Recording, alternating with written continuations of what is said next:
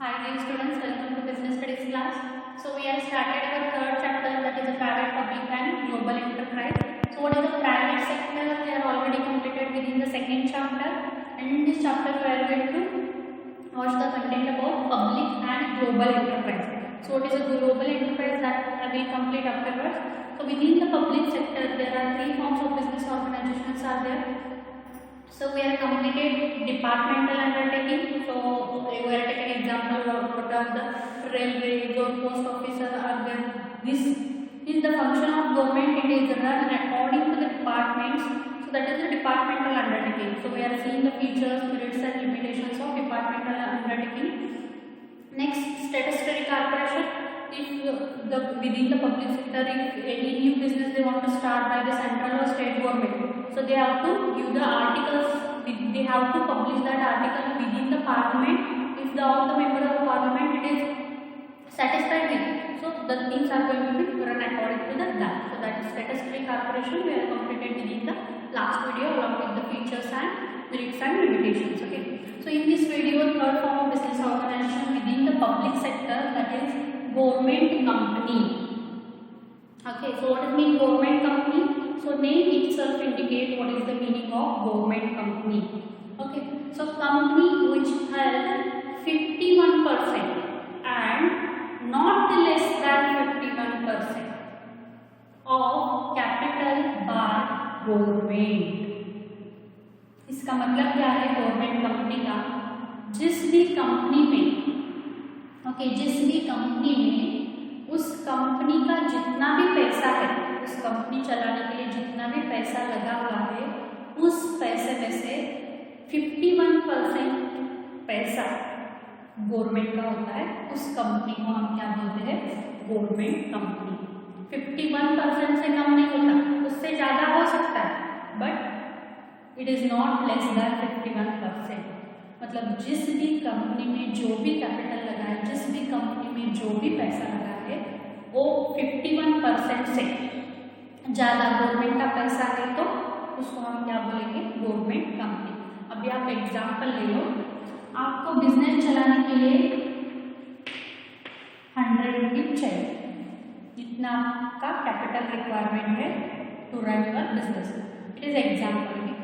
आपको बिजनेस चलाने के लिए 100 रुपीज चाहिए, तो 100 रुपीज चाहिए तो उसमें से 51 रुपीज आपको गवर्नमेंट ने दिया, तो उस कंपनी को हम गवर्नमेंट कंपनी करके बुलाते। बाकी जो भी बचा है 49 रुपीज वो आप खुद डालेंगे, नहीं तो बाकी जनरल पब्लिक से मतलब शेयर होल्डर से लेंगे, उसको हम क्या बोलेंगे? Government company. सपोज आपको बिजनेस चलाने के लिए 1000 रुपीज चाहिए, तो उसमें से इतना पैसा 510 रुपीज गवर्नमेंट ने डाला, तो उसको हम क्या बोलेंगे? Government company.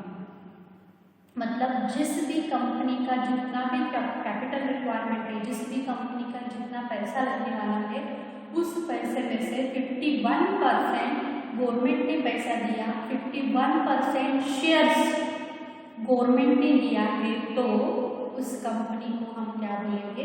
गवर्नमेंट कंपनी करके बुलाएंगे। ठीक है, ये मल्टीपल चॉइस के लिए 1 मार्क के लिए क्वेश्चन पूछ सकते हैं, कितना कितना परसेंटेज है? 51% for government company. Okay, so keep it in mind. So registered and government, government यहाँ पे दो गवर्नमेंट आएंगे, तो सेंट्रल गवर्नमेंट जो भारत सरकार है और स्टेट गवर्नमेंट मतलब कर्नाटक सरकार है, महाराष्ट्र सरकार है, कोई भी गवर्नमेंट वो 51% शेयर्स ले सकता है किसी भी कंपनी का, तो उस कंपनी को हम क्या बोलेंगे? Government company.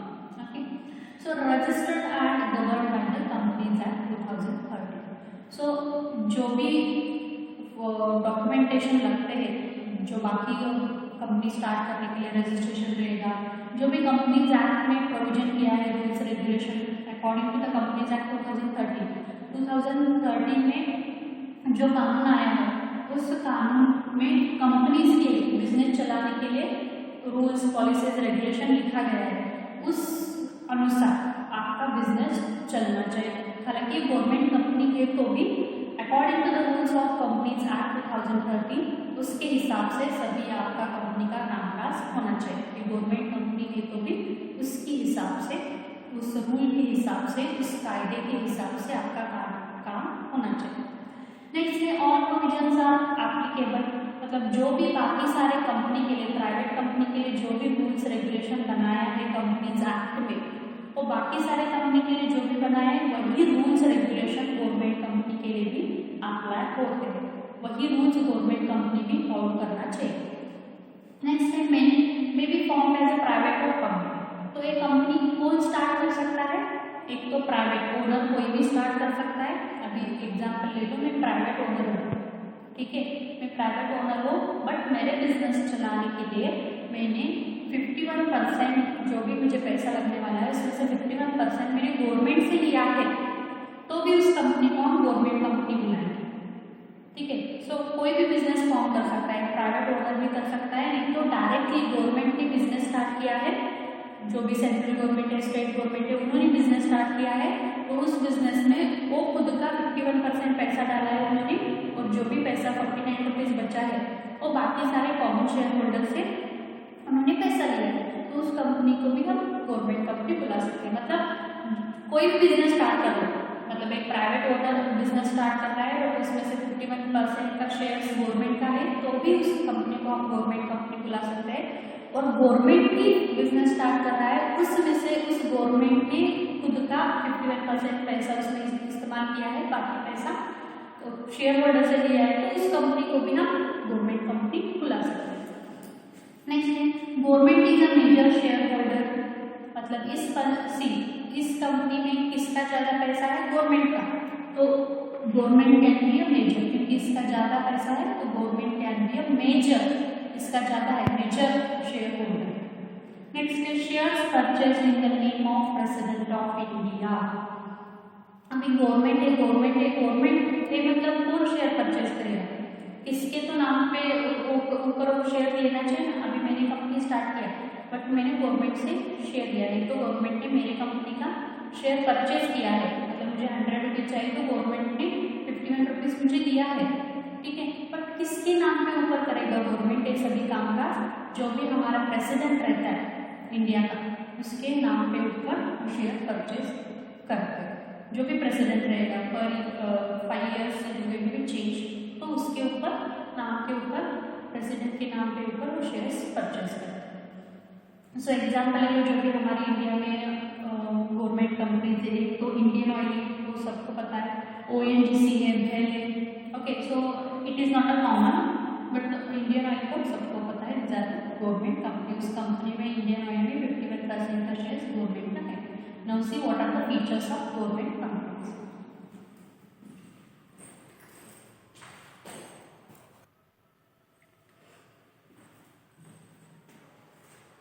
Now let's see what are the features of government companies. Okay, क्या characteristics है गवर्नमेंट कंपनीज कंपनी का, और you can call the nature or feature of government company.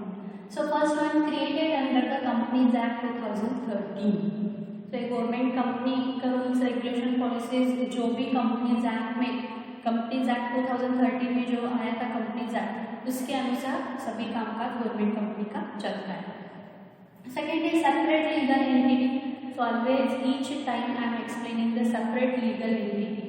So separate legal entity का मतलब क्या है, जो भी उसका ओनर है, ओनर यानी कि सभी शेयर होल्डर्स, और उस कंपनी में, मतलब जो भी कंपनी है उस कंपनी के ओनर और कंपनी में डिफरेंस है, तो उसको हम क्या बोलते हैं, सेपरेट लीगल एंटिटी फॉर्म करना पड़ता है, ठीक है। अभी इस गवर्नमेंट कंपनी का मैक्सिमम शेयर होल्डर कौन है, गवर्नमेंट है, ओके, गवर्नमेंट है, तो गवर्नमेंट है, तो गवर्नमेंट भी है और सामान्य जनता भी है, क्योंकि उन्होंने भी पैसा दिया है वो बिजनेस चलाने के लिए, तो all are the owners of that government company, okay. But वो कंपनी अभी इंडियन ऑयल है, ठीक है, वो गवर्नमेंट कंपनी है, उसके ओनर्स बहुत सारे शेयर होल्डर्स हैं, और Indian oil company and owners of that Indian oil company, it have the separate legal entity. मतलब अभी उस कंपनी का कोई भी कामकाज करना हो तो उसके ओनर के नाम पे ऊपर, गवर्नमेंट के नाम पे ऊपर नहीं करते, अभी मैंने बताया शेयर्स किसके नाम पे परचेज होता है, यहाँ पे प्रेसिडेंट ऑफ इंडिया, जो भी इंडिया का प्रेसिडेंट रहते हैं उनके नाम पे ऊपर शेयर्स परचेज करना पड़ता है। और they are the owners of the government company. But अभी भी कंपनी को कुछ भी कामकाज करना है तो वो प्रेसिडेंट ऑफ इंडिया के नाम पे ऊपर नहीं होगा, कंपनी के नाम पे ऊपर रहेगा। That is the separate legal entity. कुछ भी केस डालना है उस कंपनी को दूसरे के ऊपर, नहीं तो कोई भी उस कंपनी के ऊपर केस डालना है, means sued and by sued by others, तो हम प्रेसिडेंट गवर्नमेंट के ऊपर केस नहीं डाल सकते। यहाँ पे किसके ऊपर केस डालना चाहिए, कंपनी के ऊपर केस डालना चाहिए। मतलब ओनर के ऊपर डायरेक्टली केस नहीं जा सकता, उस कंपनी के ऊपर जाएगा, क्योंकि ओनर तो बहुत सारे हैं। तो that's why instead of going for the owners you can sue and sued by the company. So that is the separate legal entity. Next, employees are appointed according to their rules according to MOA and UA. Okay, अभी हमने देखा है कि departmental undertaking में काम करने वाले लोग, जो भी एम्प्लॉयज हैं, जो भी वर्कर्स हैं, वो कैसे सिलेक्ट किया जाता है, मतलब गवर्नमेंट का एग्जाम लिया जाता है, उसके बाद उनका पर्सनल इंटरव्यू रहता है, तो उनको अपॉइंट किया जाता है। उसको हम क्या बोलेंगे, मतलब जो भी कॉम्पिटिटिव पब्लिक सेक्टर में जो भी कॉम्पिटिटिव एग्जाम लेते हैं, वो एग्जाम देने के बाद गवर्नमेंट आपको गवर्नमेंट का जॉब देता है, उनको हम क्या बोलेंगे, गवर्नमेंट सर्वेंट करके बुलाएंगे। और सिविल सर्वेंट रखेंगे। स्टैटिस्टिकल कॉर्पोरेशन में जो भी काम करने वाले लोग रहते हैं उनको हम गवर्नमेंट सर्वेंट नहीं बुलाते, वो खुद को प्राइवेट प्लेसमेंट करता है, वो खुद को कैसे लगा वैसा वो एग्जाम लेके, नहीं तो directly they can appoint as a employees to workers. But government company में कैसा लोगों को काम पे ऊपर कैसा रखते हैं, वो एग्जाम नहीं लेते, नहीं तो खुद प्राइवेट नहीं करते। उनकी कंपनीज का जो भी डॉक्यूमेंट है, MOA और MOA और AOA, that is memorandum of association, articles of association, एक नाम के डॉक्यूमेंट है। ये आपको कंपनी फॉर्मेशन ऑफ कंपनी में भी आएगा रिपीटेड थिंग्स। सो MOA और AOA एक कंपनी के डॉक्यूमेंट रहते हैं। किसी भी कंपनी स्टार्ट करने के लिए एक तो आपको रजिस्ट्रेशन करना पड़ेगा, सेकेंड थिंग MOA और AOA नाम का डॉक्यूमेंट जनरेट करना पड़ेगा, डॉक्यूमेंट बनाना पड़ेगा। तो MOA में जो भी फंडामेंटल एक्टिविटीज़ है उस कंपनी का, वो सभी लिखना चाहिए। और AOA में क्या लिखना चाहिए, उस कंपनी में जो भी रूल्स बनाए हैं, रेगुलेशन बनाए हैं, पॉलिसीज बनाए हैं, वो सभी उस डॉक्यूमेंट पे लिखना चाहिए, articles of association and memorandum of association. तो उसमें ऐसा भी लिखा जाता है कि हम एम्प्लॉयज मतलब काम करने वाले लोग कैसे रखेंगे, डायरेक्टली उनको काम पे रखेंगे या इंटरव्यू लेके रखेंगे और एग्जाम लेके उनका सिलेक्शन करेंगे, ऐसा क्लियरली रूल्स उसमें लिखा जाता है AOA में, रूल्स एंड रेगुलेशन। तो उसमें कैसा उन्होंने लिखा है उसके अनुसार वो लोग मतलब गवर्नमेंट कंपनी में काम करने वाले को, एम्प्लॉयज़ को, वर्कर्स को अपॉइंट करते हैं। ठीक है, मतलब उनके रूल्स और रेगुलेशन में कैसा लिखा है, एग्जाम लेके वर्कर्स को रखेंगे, डायरेक्टली इंटरव्यू लेके वर्कर्स को रखेंगे, और directly they can appoint employees to their, मतलब कैसा रखेंगे इसमें रूल्स लिखा जाता है, वैसा वो काम करने के लिए वहाँ पे लोग रखेंगे। They are going to appoint the employees. Okay, next है exempted from accounting and audit rules and procedure. Exempted का मतलब छूट दिया है, मतलब इस कंपनी का जो भी अकाउंट्स रहेगा, मतलब जितना पैसा बिजनेस में आया है, डेबिटेड हुआ है, क्रेडिटेड हुआ है, उसका हमें अकाउंटिंग लिखना पड़ता है। तो उस अकाउंटिंग का पर ईयर ऑडिट होता है, मतलब चेकअप होता है, उसमें लिखा है या वो सही है या गलत है। ऑडिटिंग मतलब क्रेडिटेड हुआ है तो उसका बिल, डेबिटेड हुआ है तो कहाँ गया है पैसा, उसका बिल, एक क्रॉस चेकिंग होता है, that is the auditing. Okay, so ये ऑडिट जो भी रहता है उसमें से छूट दिया गया है, बट फिर भी ऑडिट होता है। बट कौन अपॉइंट करता है, जो भी ऑडिटर, तो चेक करने वाला इंसान कौन रहता है, वो सेंट्रल गवर्नमेंट, मतलब जो भी हमारा भारत सरकार है, वो उस गवर्नमेंट ने एक आदमी को अपॉइंट करते हैं कि उस गवर्नमेंट कंपनी में जाके एक क्रॉस चेकिंग करो, ऑडिट करो करके। वो सेंट्रल गवर्नमेंट जो भी भारत सरकार रहता है ना, उसने एक इंसान को अपॉइंट किया जाता है, that is the auditor is appointed by the central government. Next है obtain funds from the government share holding. तो इस बिजनेस के लिए पैसा कहाँ से आता है, एक तो गवर्नमेंट का शेयर्स सेकेंड है अदर प्राइवेट शेयर होल्डर्स, एक तो गवर्नमेंट का है, ज़्यादा से ज़्यादा major share holders is the government and सामान्य जनता जो भी है, जो भी शेयर होल्डर्स है उनसे भी पैसा इस बिजनेस में लिया जाता है। Now see what are the merits and limitations of government companies.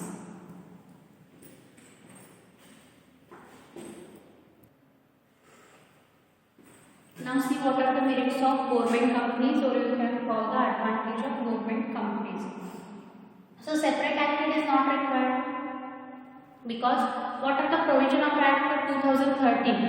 अभी बाकी जो कंपनीज है, प्राइवेट कंपनी में जो भी कंपनीज रहेगी वो कंपनी गवर्नमेंट के रूल्स जो भी कंपनीज एक्ट 2013 में बनाया गया है, तो उस कायदे में जो भी रूल्स रेगुलेशन बनाए हैं उसके अनुसार ही एक गवर्नमेंट कंपनी है तो भी उसके हिसाब से उस कंपनी का कामकाज होना चाहिए। उसके लिए कोई तो सेपरेट रूल्स रेगुलेशन बनाना नहीं पड़ता। सो that is one of the advantage. वैसा बनाना चाहे तो एक फिर से नया क्या बोलते हैं कायदा कानून ऐड करना पड़ेगा, तो ऐसा कुछ नहीं होगा। जो भी कंपनीज एक्ट बाकी कंपनी के लिए वही सेम रूल्स रेगुलेशन एक कंपनी भी फॉलो करना चाहिए। That is the main advantage. Next है separate legal entity.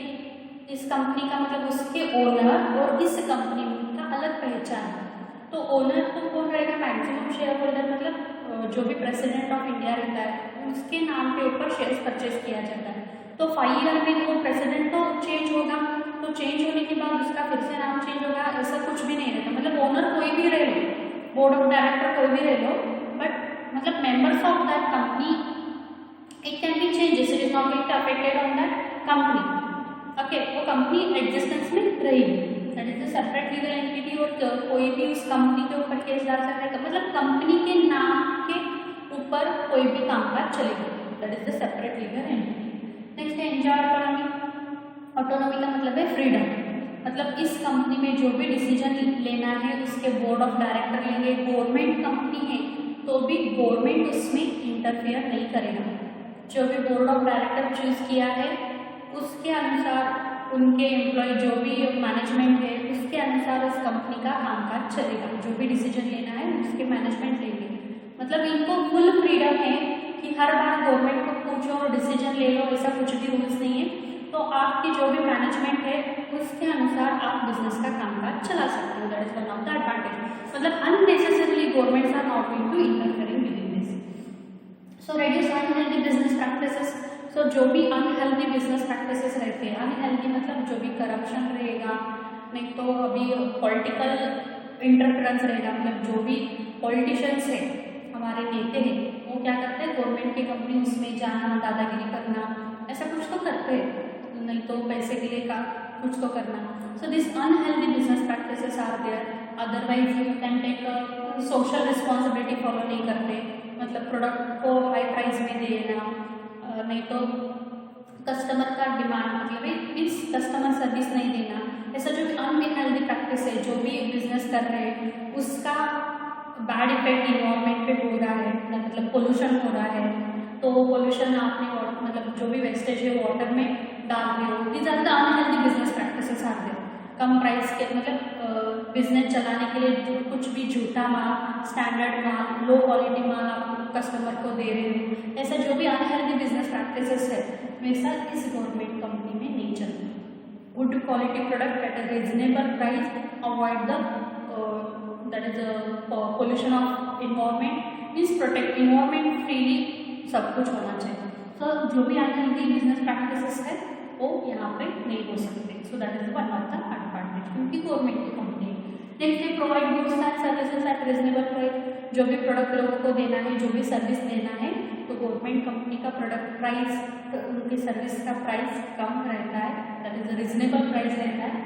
So that is the main advantage. क्योंकि गवर्नमेंट का कुछ भी रहे वो कम प्राइस में और रीजनेबल प्राइस में गुड क्वालिटी प्रोडक्ट्स आते हैं। ओके, सो इसका लिमिटेशंस क्या है वो we can call the disadvantage of government companies. तो फर्स्ट है government is a main share holder, so provision of act do not have much more relevance. हम इस कंपनी का कामकाज कैसे चलाते हैं? So according to the government, according to the companies act 2013, okay, but उस कंपनी में जो भी प्राइवेट कंपनीज के लिए रूल्स रेगुलेशन बनाया गया है वही same rules regulation government company भी फॉलो करना चाहिए। ऐसा क्या रूल है, okay. But government is a major share holder, इस कंपनी में सबसे ज़्यादा पैसा कौन इन्वेस्ट किया है, गवर्नमेंट ने किया है। तो सभी बार उस कंपनीज एक्ट के अनुसार, कायदे के अनुसार सभी एक्टिविटीज होगी ऐसा हम कुछ कह ही नहीं सकते। रूल्स है, उस कायदे के अनुसार सभी उस बिजनेस का कामकाज होना चाहिए। बट गवर्नमेंट है ना, गवर्नमेंट तो 5 ईयर में चेंज होता है, ओके। सो गवर्नमेंट के अनुसार वो according to the companies act, what are the provision made with in the companies act, the things are going to be run according to that or not, it is not going to be sure, क्योंकि जो भी politicians है वो वहाँ पे interfere करते हैं। Another thing,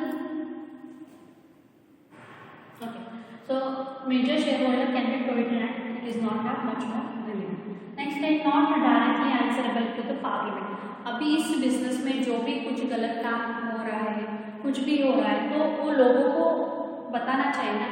but एक गवर्नमेंट की कंपनी होने की वजह से वो पार्लियामेंट में जो भी क्वेश्चन अराइज करेंगे उसके लिए आंसरेबल नहीं रहेंगे। मतलब ऐसा कंपल्शन नहीं है क्योंकि आपको आंसर ही देना चाहिए, आपने रॉन्ग क्यों किया, तो these are not answerable to the parliament, ऐसे आंसर नहीं दे सकते। नेक्स्ट है management and administrator done by the government. और इस बिजनेस का जो भी मैनेजमेंट करना है, मैनेजमेंट बोर्ड ऑफ डायरेक्टर है, एडमिनिस्ट्रेटर है, वो सभी गवर्नमेंट के हाथ में रहता है क्योंकि major share holder is a government. So government खुद के हिसाब से जो भी डिसीजन लेना है, जो भी मैनेजमेंट एक्टिविटीज़ करना है, वो खुद के हिसाब से खुद को कैसा अच्छा लगेगा वैसा वो डिसीजन लेता है। So sometimes it may be a good and it may be a bad, okay. So that's why this is the limitation we can call the disadvantage. So I hope you got the clear concept about what is mean government companies, meaning of government companies, features of government companies, advantage or you can call the merits as well as limitations of government companies. So I hope you understood this. Suppose if you have any doubt, we will clarify your doubt within the live class. Okay. So thank you so much. Bye bye.